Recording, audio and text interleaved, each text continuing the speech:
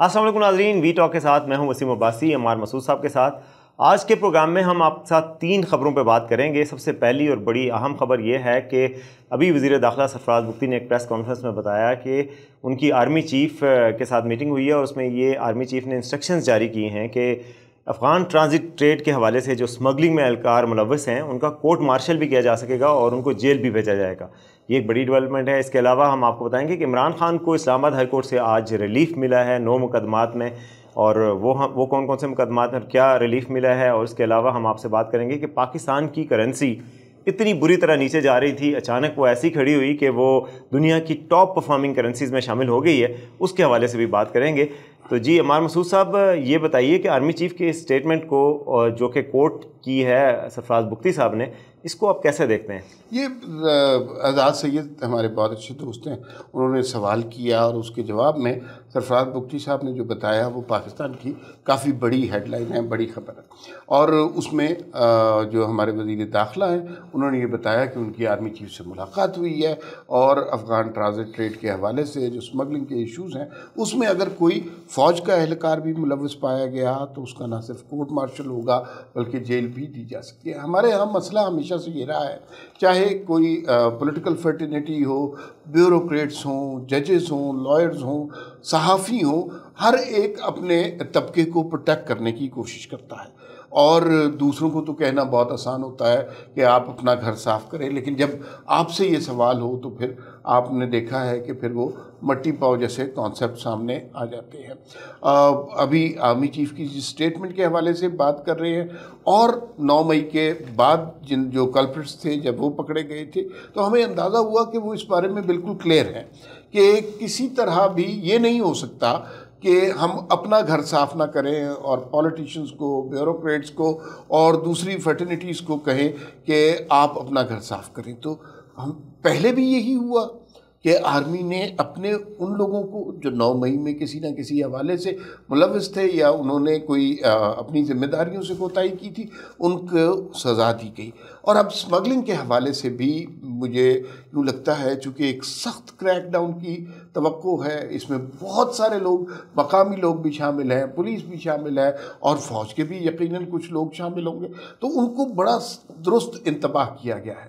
اب رستے میں کوئی رکاوٹ نہیں آنی چاہیے، اب کوئی سیاسی مصلحت نہیں آنی چاہیے، اس لیے کہ مجھے یوں لگتا ہے کہ فوج اس مقام پر پہنچ گئی ہے جہاں وہ لوگوں کے سوالوں کا جواب دینا چاہتی ہے۔ جب بھی اسمگلنگ کے حوالے سے بات ہوتی تھی، بین لوگ یہ بات ضرور کرتے تھے کہ کچھ اس میں اگر سرکاری اہلکار ملوث ہیں تو پھر کیا ہوگا۔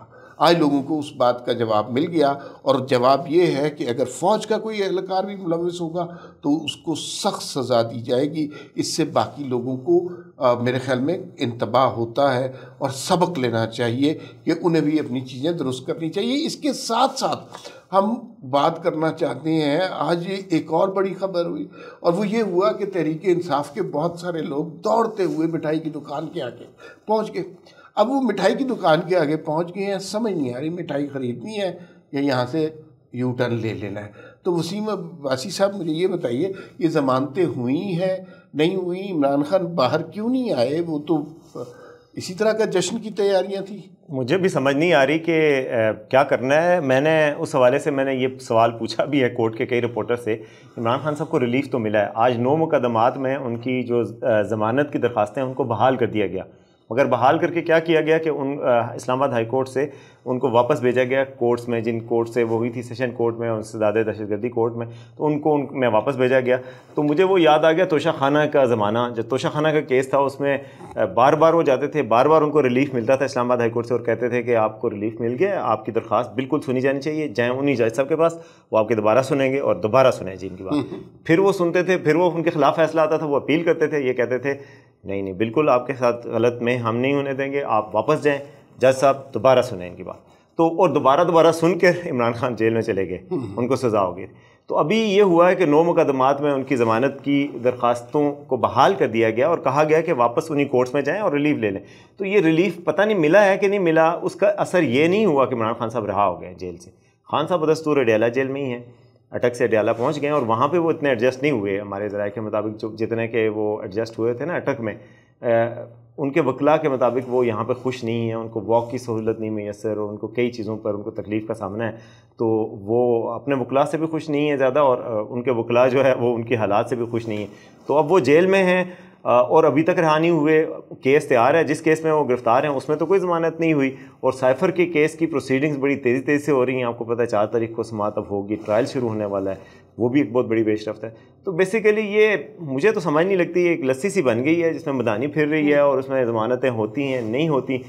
افیکٹ کیا ہوتا ہے؟ خان صاحب جیل میں ہی ہیں. اچھا یہ بتائیں, تھوڑا سا ان کو گائیڈ کر دے جنہوں نے موٹر سائیکلوں کے سلنسر نکالے اور مٹھائی کی دکانوں کے آگے پہنچ گئے. اب انہوں نے کیا کرنا ہے؟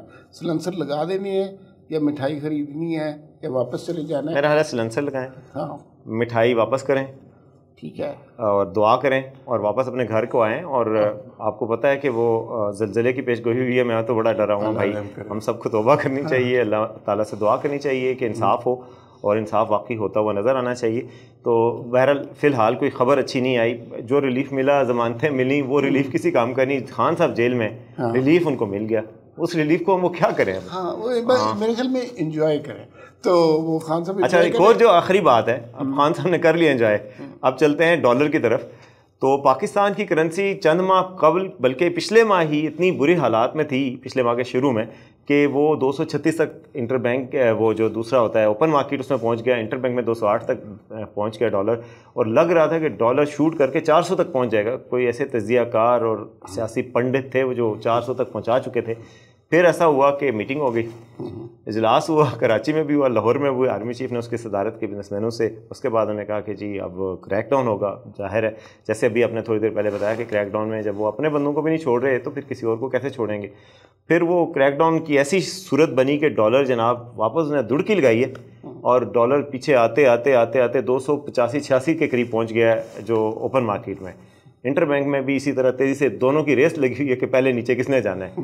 اور جو میرے جو لوگ اس خبر پہ ٹھٹھے لگا رہے ہیں, لوگوں کو یقین نہیں آ رہا کہ پاکستان کی جو روپیہ ہے وہ بیسٹ کرنسی دنیا کی بیسٹ پرفارمنگ کرنسی میں اس وقت شمار ہوتا ہے اس مہینے میں. وجہ یہ ہے کہ جتنی ہماری حالت غیر تھی اس سے ظاہر ہے تھوڑا سا بھی امپروو ہوا. تو دنیا کی کرنسیز تو پوائنٹس میں کئی چینج ہوتی ہیں, ذرا امپروومنٹ یا اس کے نیچے تنزلی ہوتی ہے.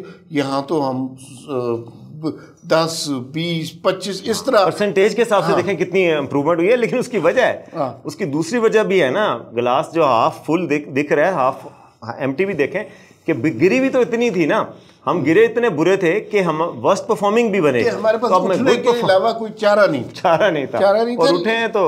اور میرے خیال میں کہ یہ جو انیشیٹو لیا گیا ہے ڈالر کی پرائسز کم کرنے کو, افغانستان میں جو ڈالر سمگل ہو رہا تھا, ہم نے ابتدا میں وہ خبر بھی کی. اور آپ کو میں ایک اور خبر بتاؤں کہ ایک ٹارگٹ ملا ہوا ہے اسلام آباد میں اداروں کو کہ ڈالر کو آپ نے نومبر کے اینڈ تک 250 تک لانا ہے. تو اب یہ ٹارگٹ بھی پرسو کیا جا رہا ہے. اور آپ دیکھ رہے ہیں کہ میری ملک بوستان صاحب سے بات بھی ہوئی تھی گزشتہ دنوں, وہ کہہ رہے تھے کہ ہم ہر روز 1-2 روپے کے حساب سے ڈالر کو نیچے لیں. ایک جلدی سے تیزی سے نیچے لائیں گے تو ڈالر مائنڈ کر جاتا ہے نا, اس کو آہستہ آہستہ کر کے نیچے لا رہے ہیں. تو وہ ڈالر اور نیچے آ رہا ہے اور نیچے آئے گا.